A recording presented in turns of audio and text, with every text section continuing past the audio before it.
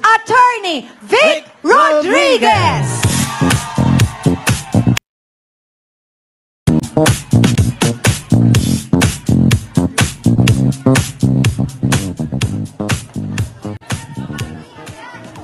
Maraming salamat at magandang hapon po sa ating lahat. Sa ating ginagalang, rinerespeto at hinahangaan kay Pangulong Rodrigo Roa Duterte. Sa inyo pong lahat dito sa loob at labas ng bulwagang ito. Sa lahat ng Pilipino na nakasubaybay, marami pong nagla-live ngayong araw. Yung ating mga kasama sa opisina, sa bahay, sa sasakyan, sa trabaho, sa eskwela. Ganon din ho sa mga Pilipinong overseas Filipino workers at migrants saan mang panig ng mundo. Tanggapin po ninyo ang aking pagbati at paggalang ngayong hapon.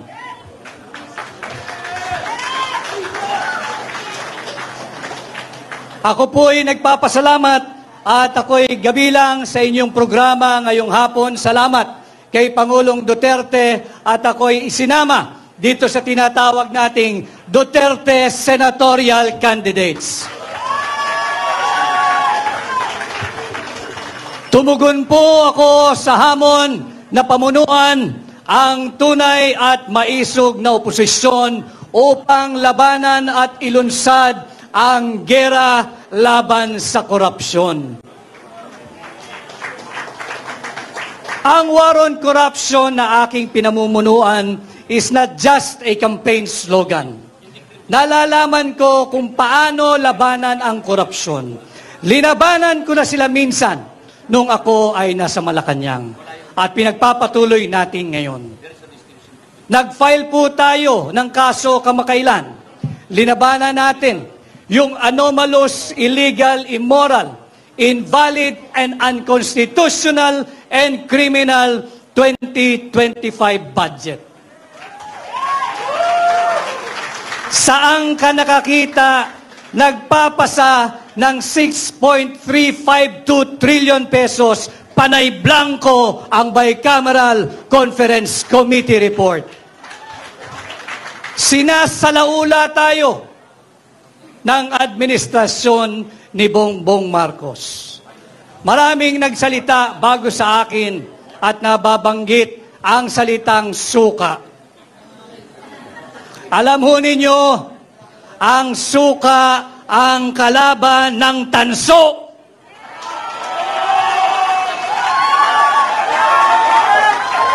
Ang suka ang kalaban ng pekeng ginto.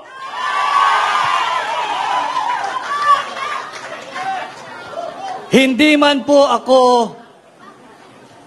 gumagawa ng suka, subalit nung ako ho ay bata, maraming beses din naman akong nautusang bumili ng suka ng aking ina. At wala pong nakakahiya doon. Sapagkat bagamat ako ho ay nakabili ng suka ng maraming ulit at nautusang bumili ng suka ng maraming ulit, may diploma ho ako at nakapagtapos ako ng kolehiyo. Meron akong diploma at nakapagtapos ako ng abogasya. At higit sa lahat, meron akong certificate na nagpapatunay na ako ay isang ganap na abogado. Kaya ako ay natutuwa. Ito ang Team Suka. Isa po akong proud member ng Team Suka. At atin pong lalabanan ang Team Sinusuka.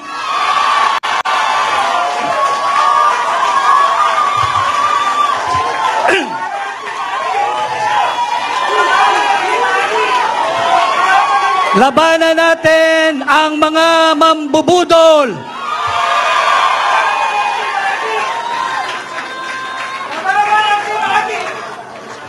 Sabi ni Konsehal Rani Ludovica, labanan ang team.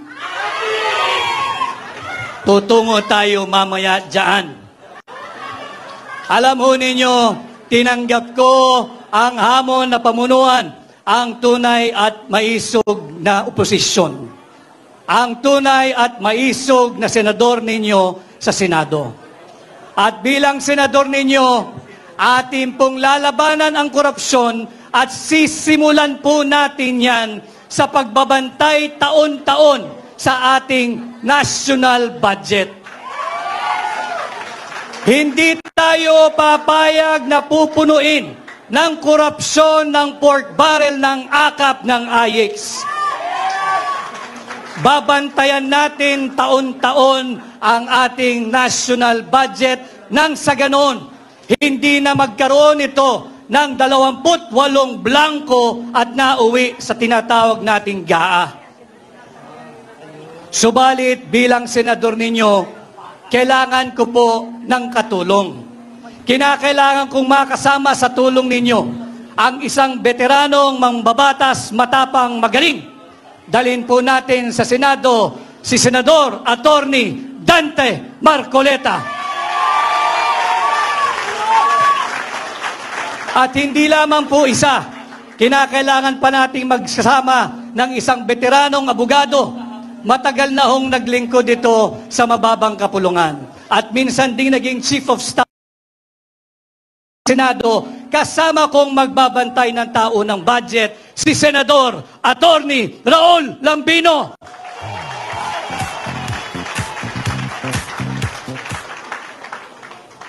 At bukod po sa pagbabantay ng ating taon ng budget, makailang beses ko na rin pong napaliwanag at nailahad sa inyo. Bilang senador, akin pong aamyendahan ang tinatawag nating plunder law o yung batas laban sa pandarambong.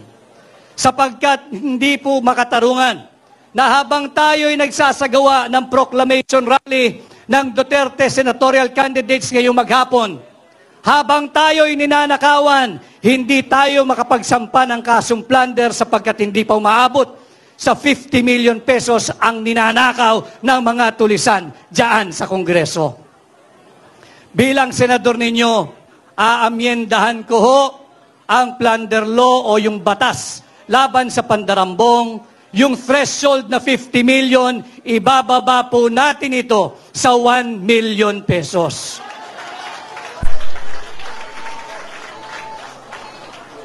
Subalit, kagaya rin po ng ipinakita kanina, bilang principal author, kinakailangan ko rin ang mga kasama sa Senado. Kinakailangan nating kasama na hahabulin ang mga magnanakaw sa Malacanang. Kinakailangan natin ibalik ang aking makakasama, ibalik natin sa Senado, Senador Bongo!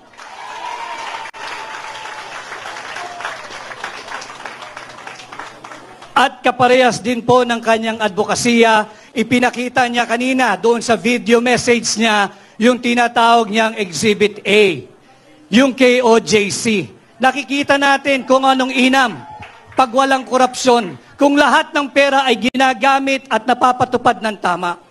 Sa Senado, kinakailangan ko rin nakasama upang amendahan ang plunder law at kinakailangan nating dalin sa Senado si Senador Pastor Apollo Kibuloy.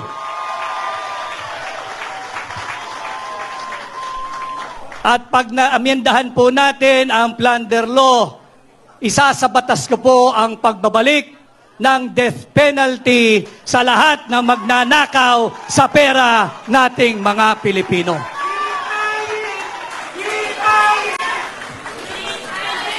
At hindi pa ho nabubuo dyan ang Duterte senatorial candidates. Pag meron na tayong pagbabantay at pag-amenda sa plunder law, ang pagbabalik ng death penalty, lalabanan din natin ang muling paglaganap ng illegal na droga.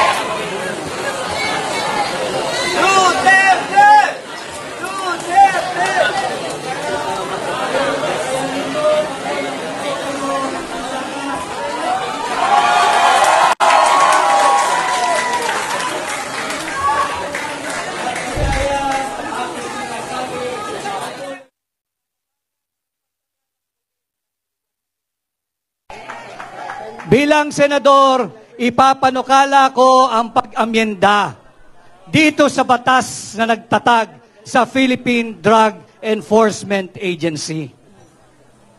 Higit nating palalakasin ang PIDEA. Bibigyan natin itong kapangyarihang magsagawa ng taunang mandatory drug testing sa lahat ng tao sa gobyerno. Mandatory drug testing parehas sa elected at appointed official ng ating pamahalaan. Walang exemption. Sisimulan natin ito sa Malacanang. At para magawa natin yan, kinakailangan ko ang isang matapang na namuno na dati ng laban kontra sa illegal na droga. Ibalik natin sa Senado si Senador Bato de la Rosa.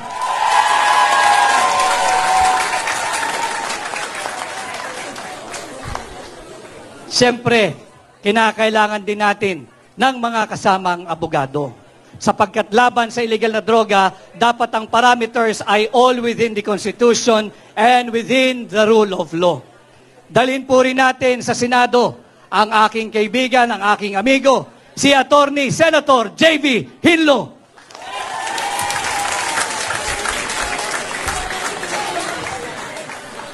Nabanggit din ho kanina na ito'y mabait, subalit matapang din sa totoong buhay. Dalhin din po natin sa Senado, lalaban sa illegal na droga, si Senador Philip Salvador.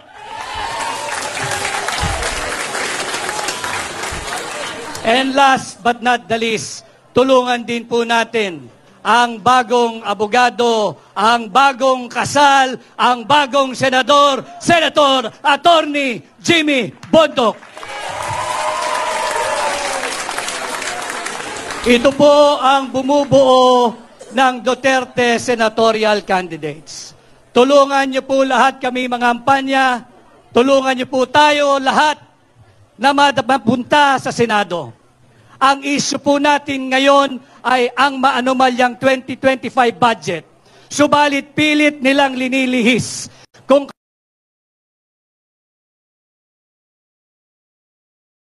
constitutional na impeachment complaint laban kay Vice President. Sinasabi kong unconstitutional sapagkat pinangalanan nila itong verified impeachment complaint. Alam na mga abogado rito, pag sinabi mong verified, dapat ito'y nabasa mo. Ito'y base sa iyong personal knowledge o dili kaya'y base sa authentic documents. Pinagyayabang nila 215 signatories. 215 signatories. Trinabaho nila ng 7 oras. You have to help me do the math. Kung tayo'y magbabasa ng 33 page complaint, kada tao kinakailangan ng 10 minuto. Sa loob ng 1 oras, 6 na tao lamang ang makakapagbasa at makakapag-unawa ng complaint na yan. 6 na tao sa loob ng 1 oras, i-multiply mo ng 7. 42 lamang ang maximum na makakabasa at makakaintindi ng verified impeachment complaint na yan. Saan galing ang 215? Pagbigyan na natin sila, siguro'y matatalino at sadyang henyo sapagkat yung blanco na uwi sa 6.352 trillion pesos budget. Kung makakabasa po ay 2 mambabatas kada 10 minuto, meron lamang pong makakapirma at makakaunawa. And again, you have to help me do the math. 12 times 7 hours. It will only give you what? 84 congressmen na nagbasa, naintindihan, naunawaan, base sa kanilang personal knowledge o di kaya ay authentic public documents. Saan galing ang 215 signatories? Sa ayuda at sa akap at sa pork barrel. Kaya ngayong eleksyon, we should all understand what is at stake for our country this midterm election. Ninanakaw na ang pera nating mga Pilipino. Nagbebenta ng 25 toneladang ginto. Hindi sinasabi kung sinong bumili at magkano ang pagbebenta nito. Pati ba naman ang posisyon ng pangalawang Pangulo na nakawin pa rin ng Marcos administration? Kaya importante, mahalaga na tayo'y nagkakaintindihan. Let us protect the 32 million Filipinos who legally, constitutionally, lawfully, and democratically elected Vice President Inday Sara Duterte para ating maging pangalawang Pangulo.